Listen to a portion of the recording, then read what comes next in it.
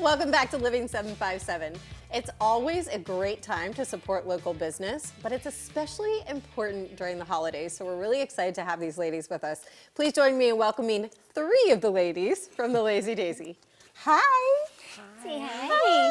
Hey! Oh my goodness. Ruby, Heather, Michelle, it's so nice to have you guys. Nice, thank you. Thank you for having us. You're welcome. Now, Michelle, you are the founder of the original Lazy Daisy and a lot more after that. There's a really meaningful story behind how and why you got started. Yes, ma'am. Would you mind sharing with us? Okay.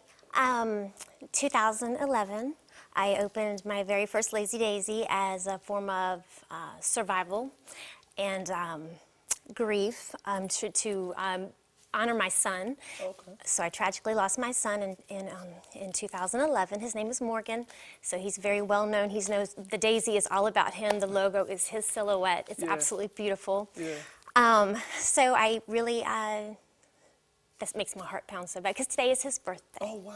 Today is his birthday. He would actually be 21 today, so that's kind of really, really crazy. But he was 7 years old.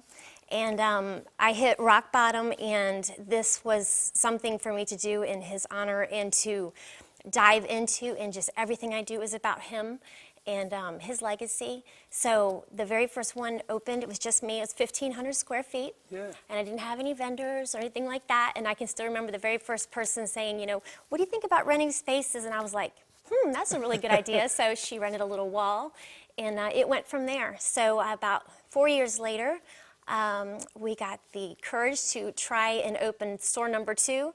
And then after that, it was every single year we opened a Daisy. And actually the year of COVID, we opened 3 Lazy Daisies. So while most people were shutting their doors, you were opening them again and again and again. And it's just something that I was able to just consume myself with in his honor and tell the world my story about him and share and just really get to know people and help people in a very positive way. And then it just opened up to the community, and everybody just came together. It's just a really happy, positive place, and it grew fast, just wilder than my imagination could ever be. It just, and then we have 8 locations now. Right. Now we And have 9 with the franchise. And I definitely commend you on that, because I know it takes a lot of strength just in general. But just to see that you've done some things that also welcomed in people from the community to help you continue to grow and be strong. And now we transition right over to you, Heather. Now you are the owner of the Virginia Beach location, right? Yes. And you have your furry family member, Ruby. So, you know, how important has Ruby been for you and the business and to the customers that come to your spot? She's been very important. Actually, she's been a lot more important than I thought she would be. Right. She's actually been with us from day one of us opening the door and it being an empty building and into the construction site. She was there with all the vendors as we did the build out, and the greeter, yes, she moved everyone in, and now you can find her.